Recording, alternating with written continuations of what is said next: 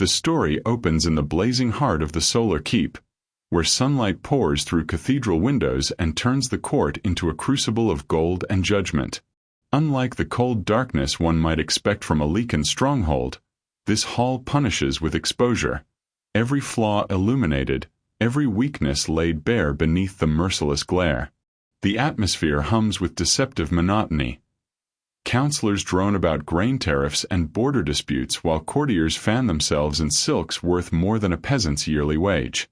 But for one figure standing among the petitioners, the warmth is a slow execution. Alara Vance has not eaten in 2 days. She is a study in contradictions, a tattered crimson dress that might once have been fine, now hanging off a frame that has learned to survive on less and less. Beneath her long sleeves hides what she has spent a lifetime concealing. A canvas of violence, bruises layered over yellowed bruises, and scars forming a language only cruelty could write. She keeps her arms pressed tight to her sides, her eyes fixed on the marble floor, making herself as small as the shadows she has learned to inhabit. On the wolf's throne, Valeria Solari, the Solar Alpha, sprawls with the lazy danger of a predator who has long since grown bored of prey that cannot run. His court sees a king enduring tedious governance. They do not see the way his nostrils flare, catching something wrong in the air. Something that smells of old blood and fresh fear. The tension builds in Alara's bones before it reaches her mind. A tremor in her fingers. A graying at the edges of her vision. Her body has carried her through 18 years of survival, but even the most stubborn will has a breaking point. She sways, a sapling snapping in a gale, and the stone floor rushes up to claim her. But it never does. One moment, the king is 20 feet away, a bored god on his throne of obsidian and gold. The next, he is there, a blur of supernatural speed that silences the entire hall.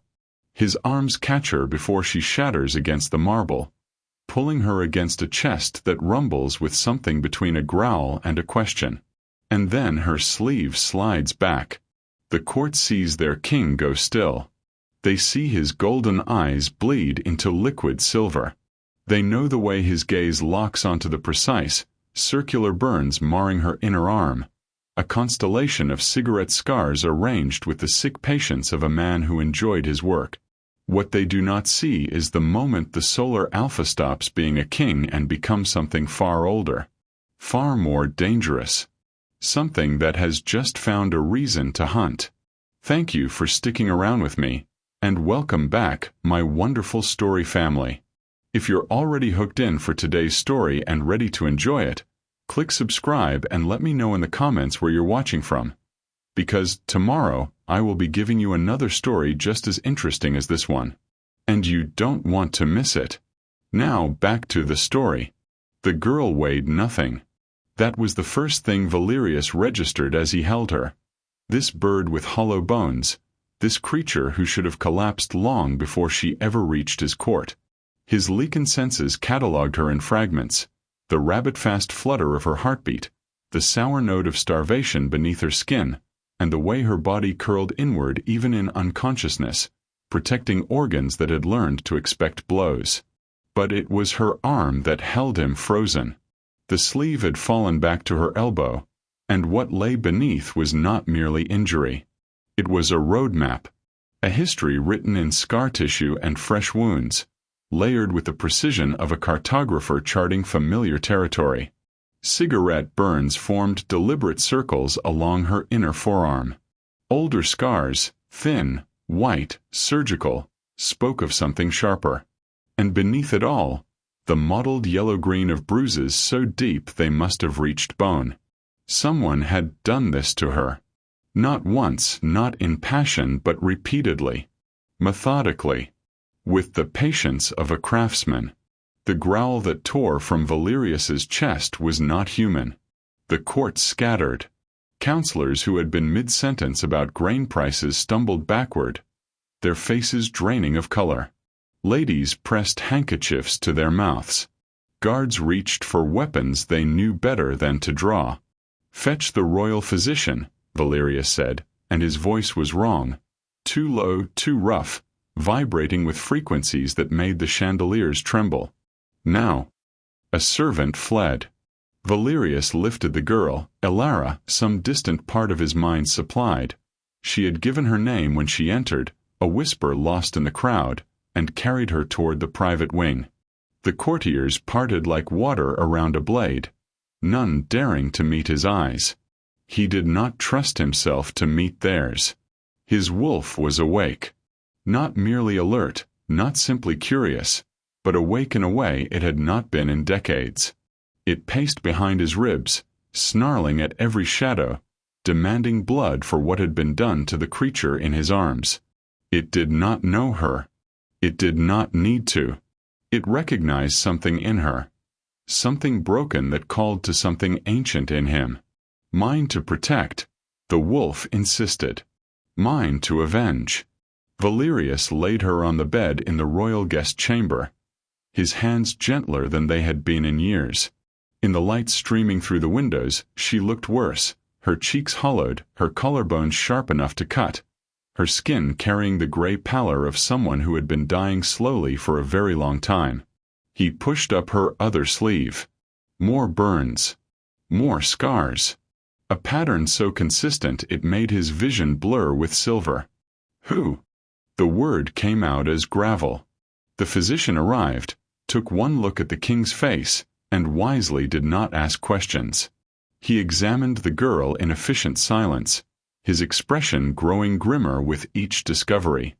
3 cracked ribs, he reported quietly. Malnutrition is severe enough to cause organ stress. Scarring consistent with prolonged abuse. Years, Your Majesty. Perhaps since childhood. Her name is Elara Vance. Valerius's voice was deceptively calm. Find out who she belongs to. Within the hour, he had his answer. Aldrich Vance. Merchant. Her uncle has been her legal guardian since her parents' death when she was 7. A man who had spent 11 years treating his niece like broken furniture, collecting her inheritance while systematically destroying her body and spirit. Valerius stood at the window, watching the sun begin its descent toward the mountains. His reflection showed a face carved from stone, eyes that burned with barely contained silver. Captain Darren. The guard appeared instantly. Your Majesty, bring me Aldrich Vance. Valerius turned, and his smile was nothing human. I don't care if you have to drag him through the streets. I don't care if he screams. Bring him to the judgment hall by midnight. The captain saluted and vanished. Valerius looked back at the girl on the bed, at Elara, who had survived horrors that would have broken others, who had walked into a Lycan court seeking only a signature on inheritance papers and a carriage ticket to freedom. She would have her freedom. But first, the Solar Alpha would teach her uncle exactly what happened to men who tortured the innocent in his kingdom. The hunt had begun. Aldrich Vance arrived at midnight in chains, dragged between 2 Lycan guards who handled him with the careful disgust one reserved for venomous insects. He was a soft man. That was the first thing Valerius noticed. Soft hands that had never worked, a soft belly that had never known hunger, and a soft face that had twisted into outrage instead of the fear it should have worn. He clearly did not understand what was about to happen to him. He would learn. The judgment hall was not meant for mortals. It was a cavern hewn from the mountain itself, its walls etched with the laws of the pack dating back 1,000 years. No sunlight reached here. Only the cold blue glow of luminescent crystals that cast everyone in shades of death. Valerius sat on the lower throne, the one reserved for pronouncing a sentence. He wore no crown, no ceremonial robes. He did not need them. Power rolled off him in waves that made the torches flicker, and the guards shifted uneasily at their posts. Your Majesty, Aldrich blustered, stumbling as the guards forced him to his knees. There has been some mistake. I am a respected merchant, a citizen in good standing. You are an abuser of children.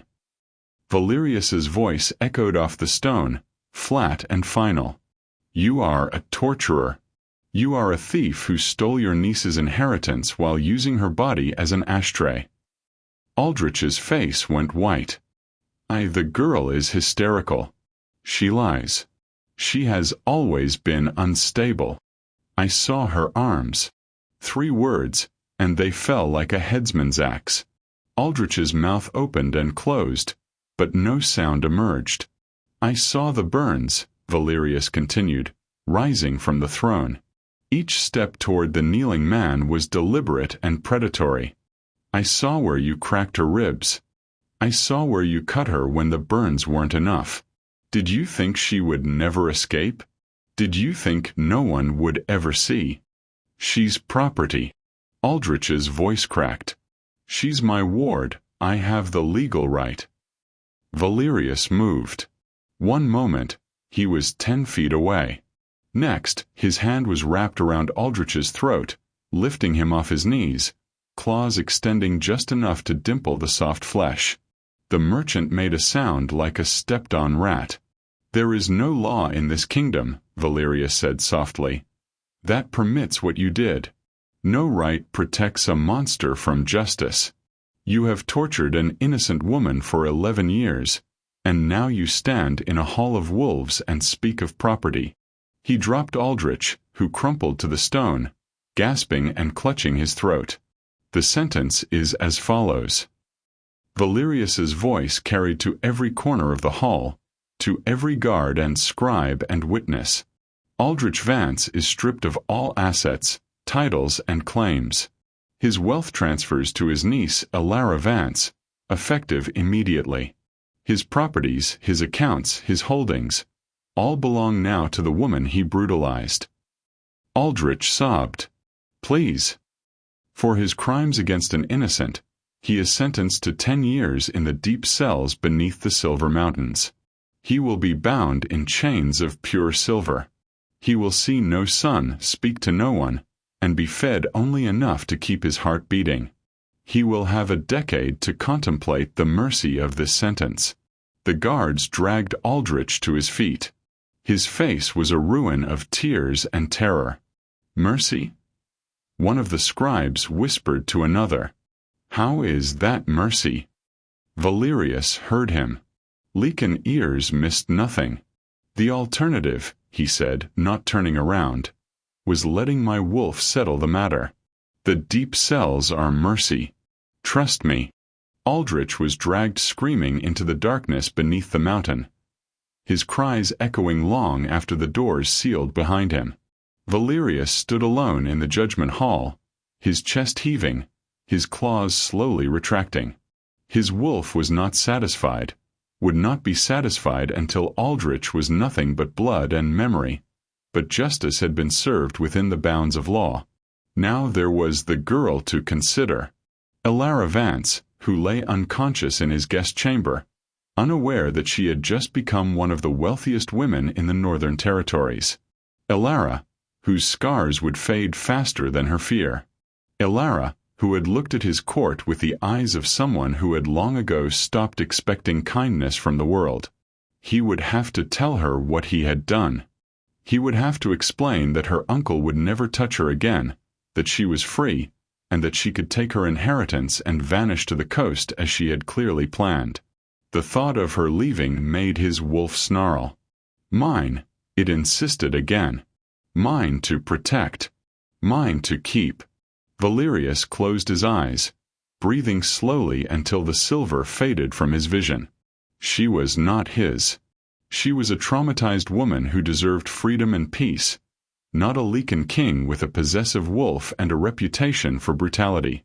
He would tell her she was safe. He would help her heal. And then he would let her go, even if it killed him. Elara woke to softness, and that was how she knew she was dreaming. Real life was not soft. Real life was the thin mattress in her uncle's attic, the scratchy wool blankets that smelled of mold, and the cold that seeped through warped floorboards no matter the season. Real life was hunger and fear and the constant mathematics of survival. How to be invisible, how to move without sound, and how to heal before the next blow fell. This was silk against her skin. This was warmth without the threat of burning. This was a pillow so luxurious that when she pressed her face into it, she nearly wept. Dreaming, then. She should enjoy it while it lasted.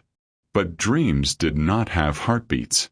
Dreams did not have the slow, rhythmic breathing of someone keeping watch. Dreams did not have the subtle scent of pine and smoke and something wild that made her hindbrain whisper predator, even as her body refused to tense. Elara opened her eyes. The Lycan King sat in a chair beside her bed, his massive frame somehow folded into what should have been too small a space.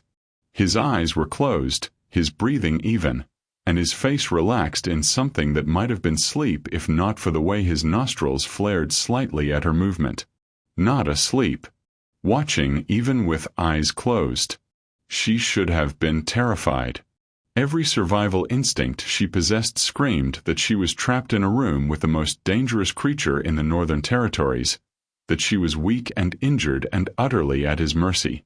Instead, she felt something she had not felt in years. Safe. The absurdity of it nearly made her laugh. She was lying in a strange bed, in a palace full of werewolves, watched over by a king who could crush her skull with one hand, and she felt safer than she ever had in her uncle's house. Perhaps the starvation had finally driven her mad. "You're awake." His voice was low and rough with disuse, and Elara flinched before she could stop herself. His eyes opened. Golden, not silver, thank the gods, and something in them flickered at her reaction. "I won't hurt you," he said, and the words were so gentle they hurt worse than a blow. "You're safe here, Elara. I swear it on my blood and my throne." Her name in his mouth was strange. No one said her name like that, like it mattered as she mattered. "How long?" she managed, her voice a rasp. 3 days. The physician kept you sedated while your body healed. You were. He paused, and she watched him struggle to find words that would not shatter her. You were very sick. 3 days. She had been unconscious for 3 days in a Lycan palace, and no one had hurt her. No one had burned her or beaten her or reminded her of her worthlessness. She had simply been allowed to sleep. The tears came without warning, silent and scalding, tracking down her cheeks before she could stop them. She hated crying. Crying meant weakness, and weakness meant punishment. But her body had apparently decided it no longer cared for her rules. Valerius did not move. He did not reach for her or try to soothe her or, gods forbid, tell her to stop. He simply sat there, a silent sentinel, his presence somehow filling the room without crowding it. He was an anchor in a storm she hadn't realized she was drowning in. When the tears finally slowed, he spoke again. "Your uncle is gone." Elara's heart stopped. Gone. He has been sentenced to 10 years in the deep cells beneath the Silver Mountains. He will never touch you again.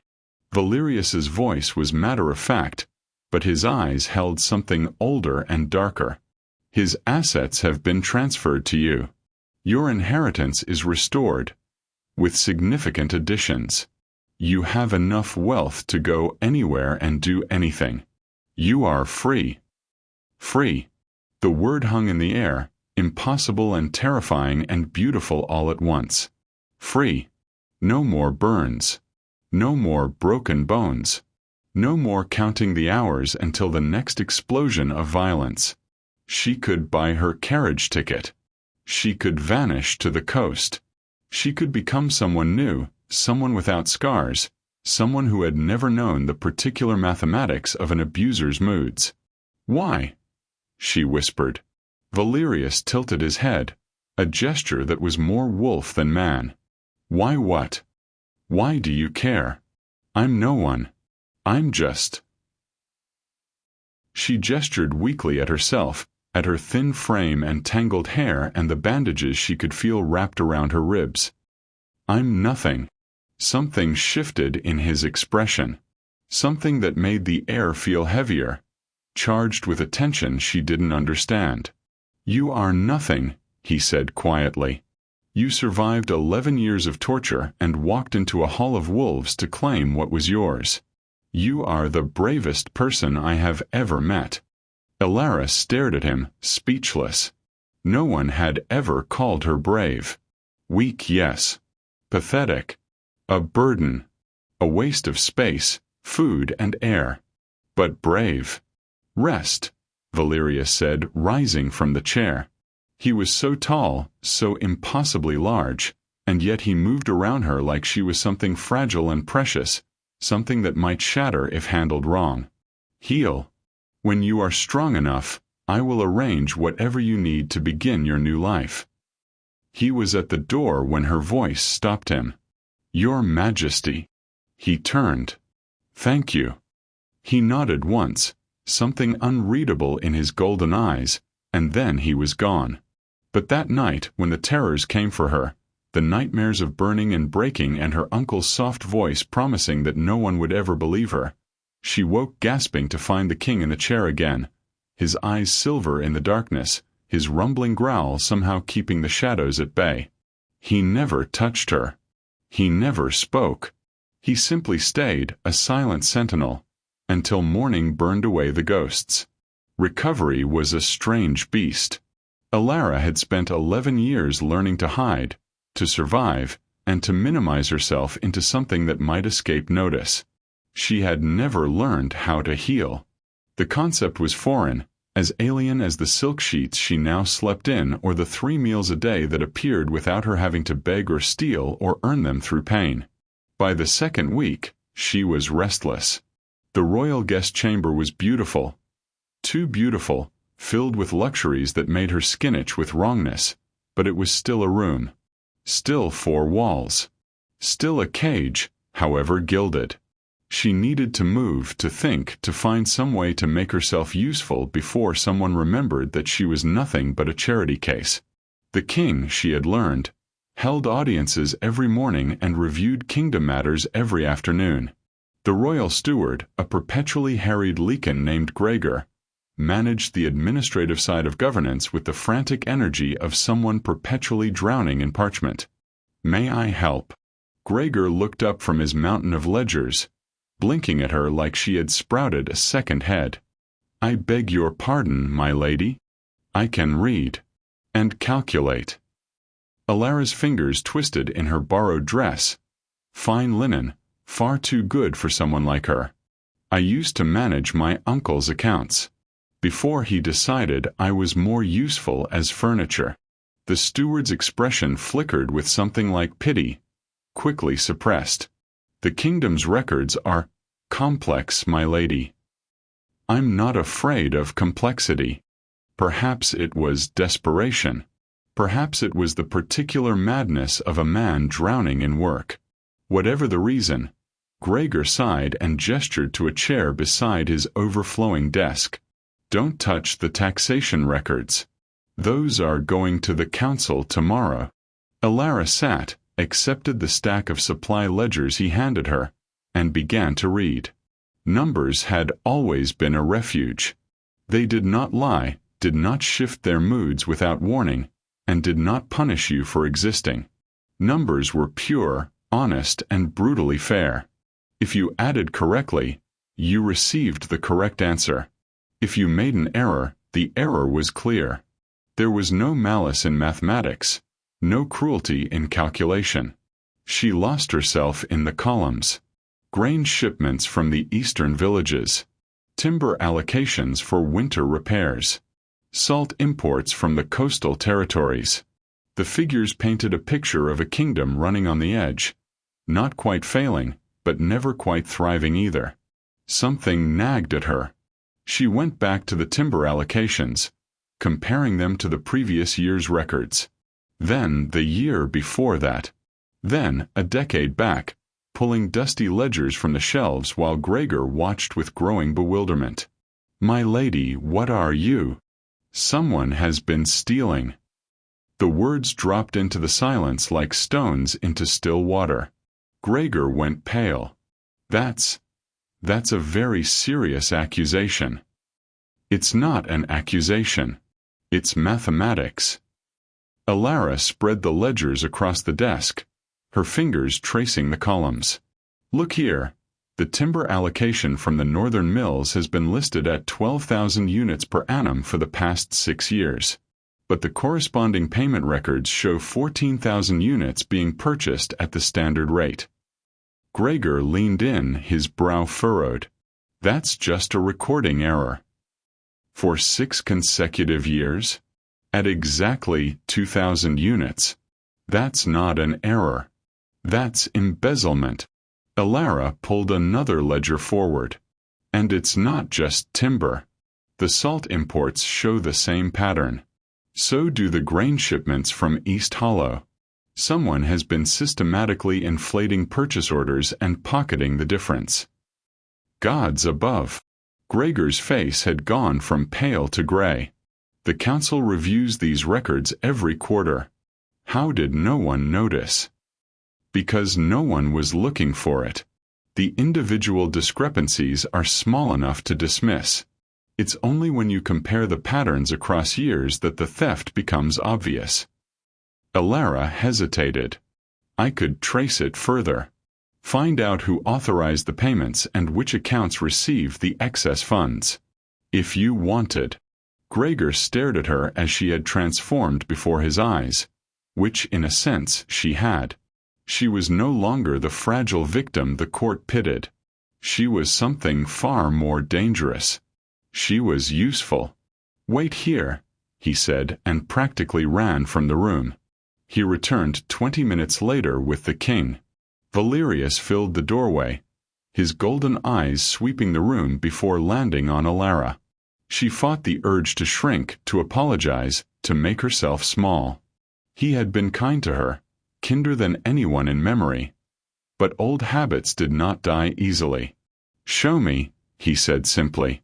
So she did. She walked him through the discrepancies, the patterns, and the careful mathematics of long-term theft.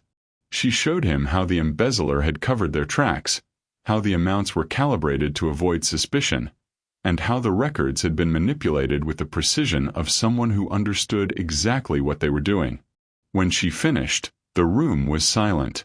Valerius stared at the ledgers, his expression unreadable. Then he looked at her. Really looked, not with the pitying gentleness of the past 2 weeks, but with something sharper. Something assessing. You found this in 3 hours. The mathematics isn't difficult. I just notice patterns. 3 hours, he repeated. My council has reviewed these records for 6 years and noticed nothing. My steward has managed them daily for a decade. And you, in 3 hours, uncovered a theft that may total hundreds of thousands of gold marks. Alara's cheeks burned. I'm sorry, I shouldn't have. Don't apologize. His voice was firm but not unkind. Never apologize for brilliance. She stared at him, the words refusing to compute. Brilliance. No one had ever called her brilliant. Clever, perhaps in the dismissive way one described a performing dog. But brilliant. That was a word for scholars, for nobles, for people who mattered. You have a calculator's eye, Valerius said quietly. A gift for seeing what others miss. That is not something to hide. That is something to use. He turned to Gregor, who still looked faintly ill. Clear her a workspace. Give her access to the full records.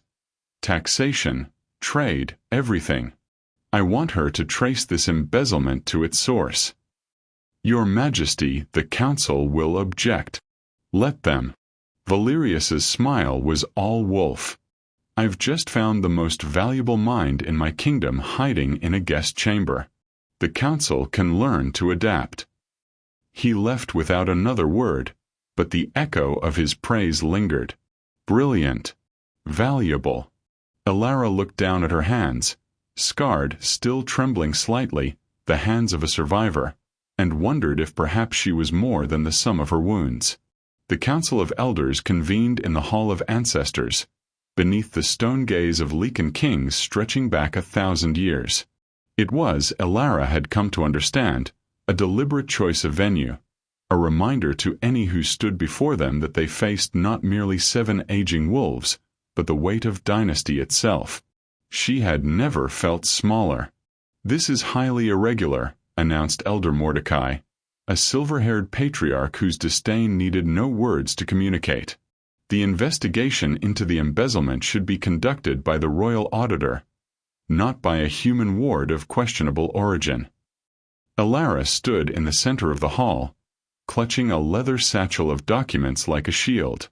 The council sat in a semicircle before her, their expressions ranging from skeptical to openly hostile. Behind her, silent and watchful, stood King Valerius. He had insisted on accompanying her. She had insisted it wasn't necessary. He had won. "The royal auditor," Elara said, and was proud that her voice barely shook, "is Lord Theron Blackwood. The same Lord Blackwood whose signature appears on 63% of the fraudulent payment authorizations. I believe that represents a conflict of interest." Silence. Elder Mordecai's eyes narrowed. "You accuse a sitting lord of the realm?" "I present evidence." Elara opened her satchel, withdrawing a sheaf of papers she had organized with obsessive precision. The discrepancies in the treasury records date back 6 years, coinciding exactly with Lord Blackwood's appointment to the position of royal auditor. The inflated payment orders all bear his seal. The excess funds were routed through 3 separate merchant accounts, all of which trace back to a trading company owned by Lord Blackwood's brother-in-law. She laid each document on the table before them, her movements steady despite the trembling in her core. This was what she knew. This was what she was good at. Numbers did not care that she was human, or female or scarred. Numbers told the truth regardless of who was listening. "These are serious allegations," said Elder Constance, the only woman on the council and the only one whose expression held something other than contempt. "But they come from an untested source. Why should we trust your analysis over that of established administrators?" "Because the established administrators have been robbing you blind for 6 years, and I found it in 3 hours." The words came out sharper than Elara intended. She saw Valerius shift behind her, saw the flicker of something in his expression. Amusement? Approval? Before it vanished. "The mathematics do not lie," she continued, forcing her voice back to calm. "The patterns are clear to anyone willing to look. If you doubt my analysis, assign your own auditors to verify. But do not dismiss evidence simply because you dislike its source." Elder Mordecai rose, his chair scraping against the stone floor. "You overstep, girl. You are a guest in this court, kept alive by the king's charity. You have no standing to address this council, no authority to investigate crimes, no right to." "She has my authority." Valerius's voice was quiet, but it cut through Mordecai's bluster like a blade.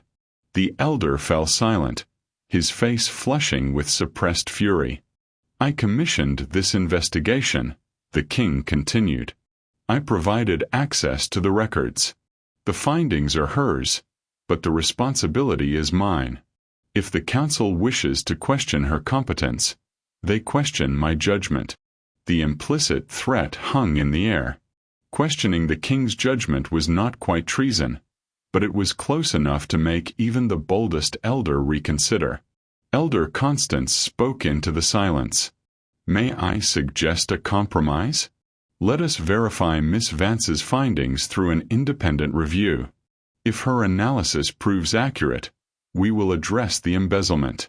If not—" She spread her hands. "If not," Elara said quietly, "I will accept whatever consequences the council deems appropriate. I am not afraid of being proven wrong. I am only afraid of incompetence being allowed to continue because challenging it was inconvenient." Something shifted in the room. The elders exchanged glances, their expressions moving through various stages of discomfort. Elara recognized the look, It was the same calculation she had seen in merchants' eyes when they realized they were outmatched in negotiation. She had survived 11 years of torture by learning to read faces, to anticipate moods, and to understand what people wanted before they knew themselves. The council wanted security. They wanted competence.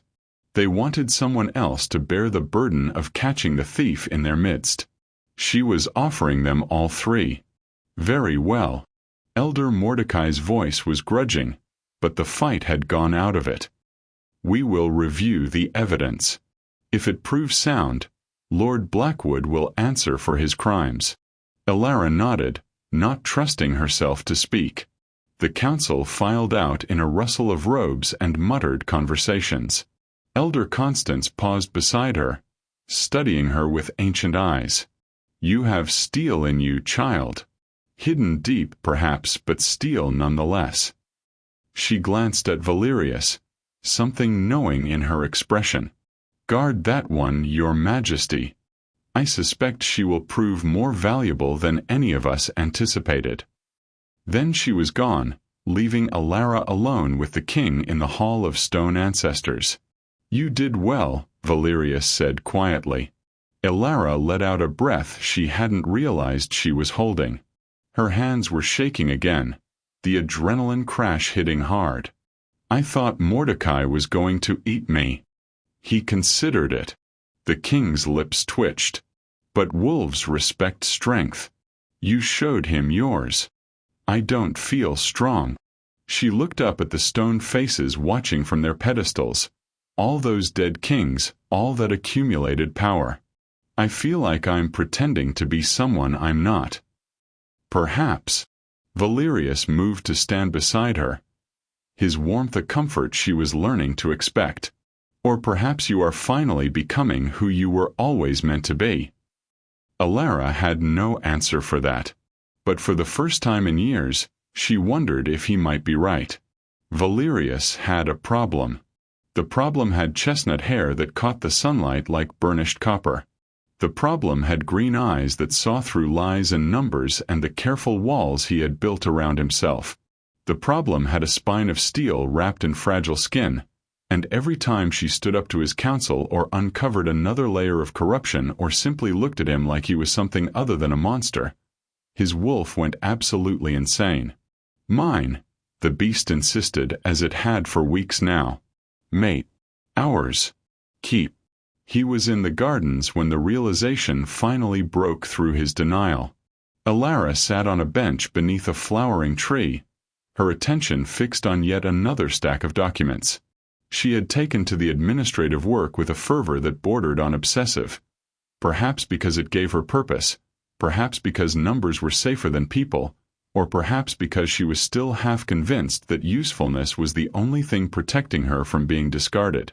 He hated that she thought that way. He hated even more that he understood why. You're staring. Her voice startled him. She hadn't looked up from her papers, but apparently she had noticed him lurking at the garden's edge like a lovesick fool. I'm supervising, he said, which was a blatant lie, and they both knew it. You're hovering.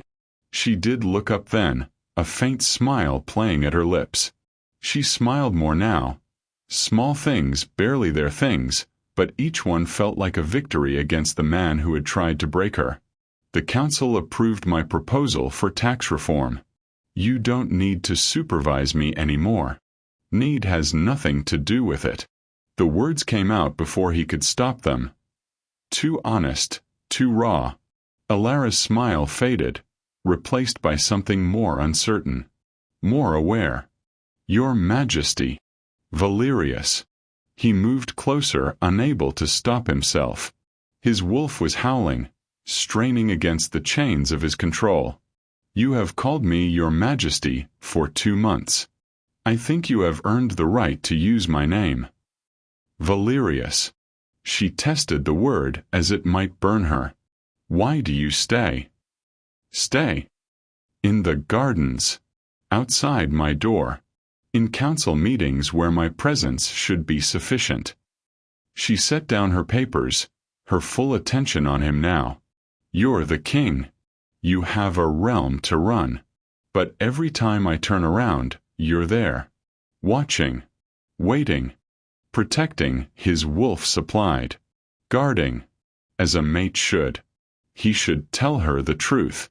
He should explain about mate bonds and Lycan instincts and the biological imperative that was slowly driving him mad. He should give her the chance to run, to claim her inheritance and vanish to the coast as she had originally planned, to build a life far from wolves and their complicated hungers.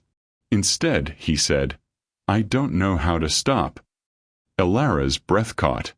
I have lived alone for a very long time, Valerius continued, each word an effort. I have ruled alone, fought alone, and existed alone. I chose it. After my father's madness, after what he did to my mother, I swore I would never bind anyone to the curse of the Solari line. I would never create a mate, never claim a bond, never subject anyone to life beside a monster. You're not a monster. My wolf disagrees. He laughed hollowly. My wolf thinks you are the most perfect creature ever created. My wolf wants to keep you, claim you, build a den around you, and destroy anyone who threatens a single hair on your head. My wolf does not understand consent or autonomy or the very reasonable desire to live a normal life far from bloodthirsty royals. Elara stood slowly, and he realized for the first time how close they were. Close enough to touch. Close enough for his Lycan senses to drown in her scent, ink and paper and something floral from the garden, layered over the warm undercurrent that was simply her. And what does the man want? The question hit him like a physical blow. The man wants. He closed his eyes, fighting for control. The man wants you to be happy, safe, free. The man knows you deserve someone gentle, someone human, someone who has never torn throats or passed judgment in caves or fought the urge to hunt down everyone who ever hurt you and render them into extremely small pieces.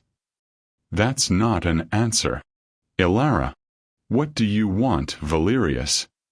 He opened his eyes.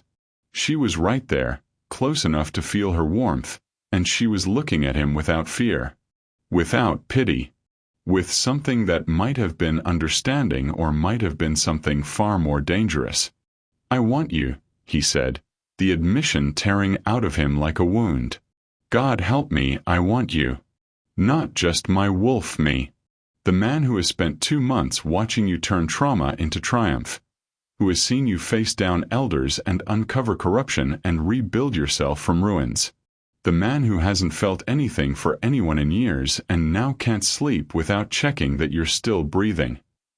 Elara reached up and touched his face. His wolf went silent. For the first time in weeks, perfectly silent. I spent 11 years being owned, she said quietly. Controlled. Broken down until I forgot I had ever been whole. I swore I would never belong to anyone again. Valerius nodded, forcing the words out. I understand. I'll help you leave whenever you're ready. But, she continued, belonging with someone is different. Choosing someone is different. Her thumb traced his cheekbone, feather-light. I'm not ready for whatever this is. I don't know if I'll ever be ready. But I'm not running. Not yet. Not yet. It wasn't a promise. It wasn't a declaration. It was barely even a beginning. But his wolf settled, content for the first time in months. She wasn't running. That was enough. The midsummer gala was, in Elara's considered opinion, a special kind of torture specifically designed to remind her that she did not belong. The grand ballroom blazed with candlelight, reflecting off gilded walls and crystalline chandeliers. Lords and ladies of the realm swirled across the floor in silks and velvets, their laughter musical, their movements graceful. They had been born to this world of luxury and politics, raised to navigate the treacherous waters of court with instinctive ease. Elara had been raised to avoid the back of her uncle's hand. The skill sets did not transfer. You look beautiful. Valerius's voice was low, meant only for her ears. He stood beside her at the edge of the crowd, resplendent in royal black and gold, looking every inch the Predator King. The courtiers gave them a wide berth, whether out of respect or fear, Elara couldn't tell. "I look like a fraud," she muttered. "This dress cost more than my uncle spent feeding me in a year." "Then consider it justice." His hand found the small of her back, warm and steadying. "You deserve beautiful things. You deserve to stand in this room with your head high, knowing that you have done more good for this kingdom in 3 months than half these peacocks will accomplish in their lifetimes." Elara wanted to believe him. She really did. "The Duchess of High Home is watching us." She had noticed. Lady Marguerite High Home was old money, old power, and old prejudice. She had made her opinion of humans at court abundantly clear through a campaign of whispers and sneers that Elara had pretended not to notice. Tonight, apparently, she was done being subtle. "Your Majesty." The Duchess swept toward them in a rustle of emerald silk, her smile sharp as broken glass. "How delightful to see you gracing the gala with your protégée. I do hope she's been properly trained for the occasion. One would hate for her to embarrass the crown." Elara felt Valerius stiffen beside her. His wolf was very close to the surface tonight. She could sense it in the tension of his muscles, the barely perceptible shift toward silver in his eyes. She touched his arm, just enough to draw his attention. "Your Grace." Her voice was calm and steady. "I appreciate your concern for the crown's dignity. Perhaps you could offer some guidance? You clearly have extensive experience in matters of appearance." Lady Marguerite's smile flickered. "I beg your pardon.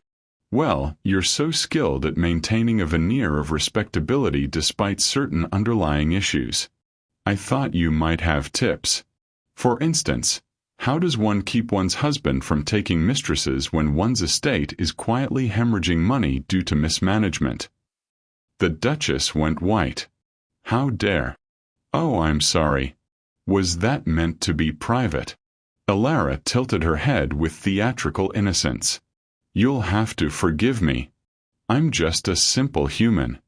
I don't understand the subtleties of which secrets are meant to be public knowledge and which are meant to remain hidden behind whisper campaigns and petty insults."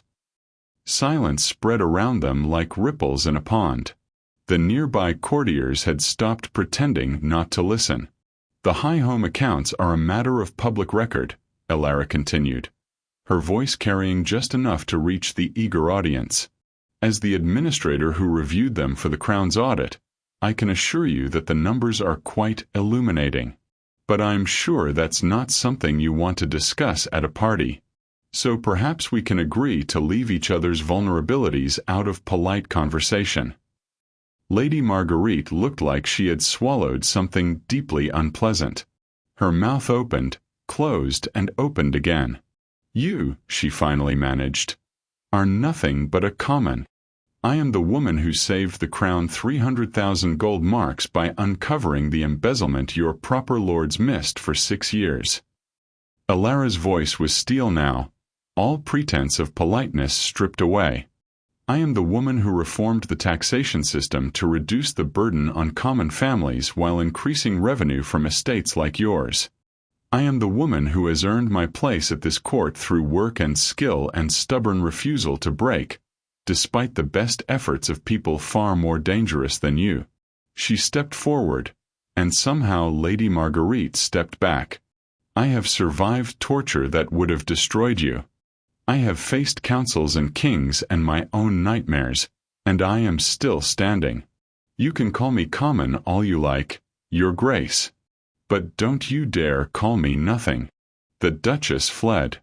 Elara stood alone in the space she had vacated, her heart pounding, her hands trembling with residual adrenaline. The crowd stared at her with expressions ranging from shock to grudging respect. Then she felt Valerius's hand on her back again, warm and steady, and his voice in her ear. "That was the most magnificent thing I have ever seen." The trembling stopped. I may have made some enemies, she said weakly. You made them respect you. There's a difference. He turned her toward him, his golden eyes blazing with something that made her breath catch. You can run with the wolves, Elara Vance. You always could. You just needed someone to show you where the pack stood. The music swelled.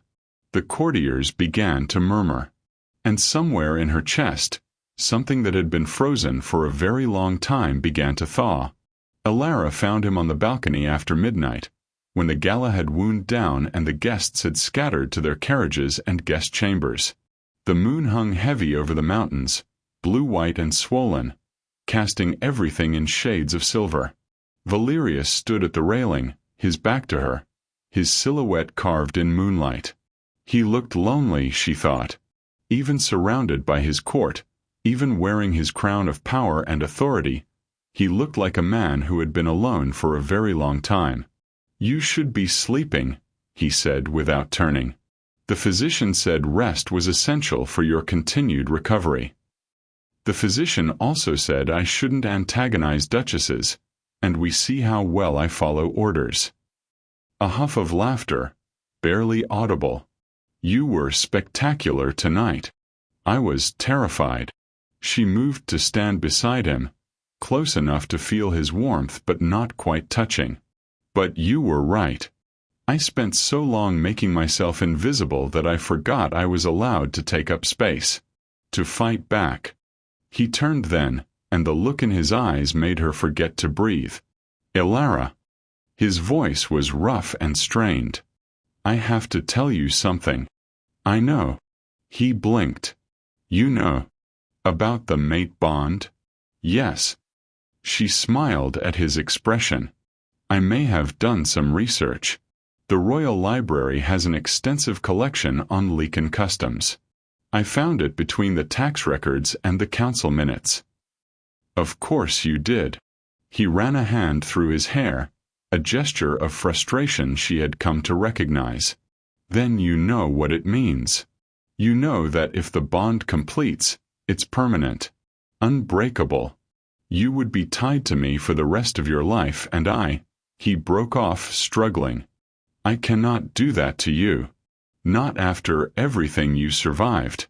Not when you deserve freedom. Elara stepped closer. And if I choose it? What? Freedom is the ability to choose, she said quietly. For 11 years I had no choices. My uncle chose when I ate, when I slept, and when I was punished. When I came here, I thought freedom meant running, escaping to the coast, becoming invisible again, existing without being hurt. She reached up, cupping his face in her hands. He stood frozen, barely breathing. But that's not freedom. That's just a different kind of prison. Her thumbs traced his cheekbones, feeling the tremor of his control beneath her palms. Freedom is choosing to stay. Freedom is choosing to trust again. Freedom is choosing you, not because I have to, but because I want to. Elara. I choose you. The words dropped into the silence like a stone into still water. For a long moment nothing happened. And then something shifted. She felt it in her chest first, a warmth that had nothing to do with the summer air. Then a pulling sensation, like her heartbeat was trying to synchronize with another rhythm. The world narrowed to the space between them, and she felt Valerius's breath catch as he felt it too. The bond, he whispered. It's snapping into place, she finished. It wasn't the explosion she had expected from the books. It was gentler than that, a key fitting into a lock, a puzzle piece settling into its slot, two melodies resolving into harmony. She felt him in her mind, in her heart, and in the marrow of her bones. Not controlling, not demanding. Just there. Present. Permanent. Mine, something whispered, and she wasn't sure if it came from his wolf or her own soul. Is it always like this? She asked. I don't know. Valerius's voice was wrecked. I've never. No one has ever chosen me before. Then we'll figure it out together. He kissed her then, and the world ignited. It was not a gentle kiss. It was 11 years of survival, 3 months of healing, and a lifetime of loneliness, all poured into a single point of contact. His hands tangled in her hair. Her arms wrapped around his neck. The mate bond sang between them, bright and fierce and utterly unbreakable. When they finally broke apart, gasping, the moon had crossed half the sky. "I love you," Valeria said, the words torn out of him like they had been waiting his whole life to be spoken. "I love your strength and your scars and your impossible mind. I love that you faced down my counsel and discovered treason over breakfast and told Lady Marguerite to go to hell in the middle of my gala." Elara laughed, tears streaming down her face. "I love you, too, you impossible wolf. I love that you caught me when I fell and stayed by my bed when I had nightmares and let me find my own strength instead of trying to protect me from everything. I still want to protect you from everything." "I know." She kissed him again, softer this time. "But now I can protect you too. That's what mates are for, isn't it?" His wolf rumbled in contentment, and somewhere in her soul, something answered. Together, they watched the moon sink toward the mountains, their bond glowing between them like a promise written in starlight. The wedding took place under the blue moon.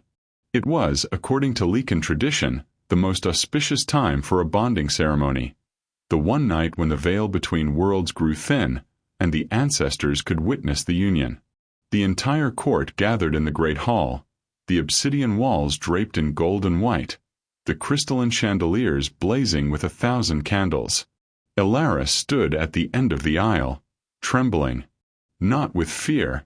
That old companion had finally released its grip. She trembled with the sheer impossibility of the moment. 6 months ago, she had been a prisoner in her uncle's attic, counting the days until she could escape.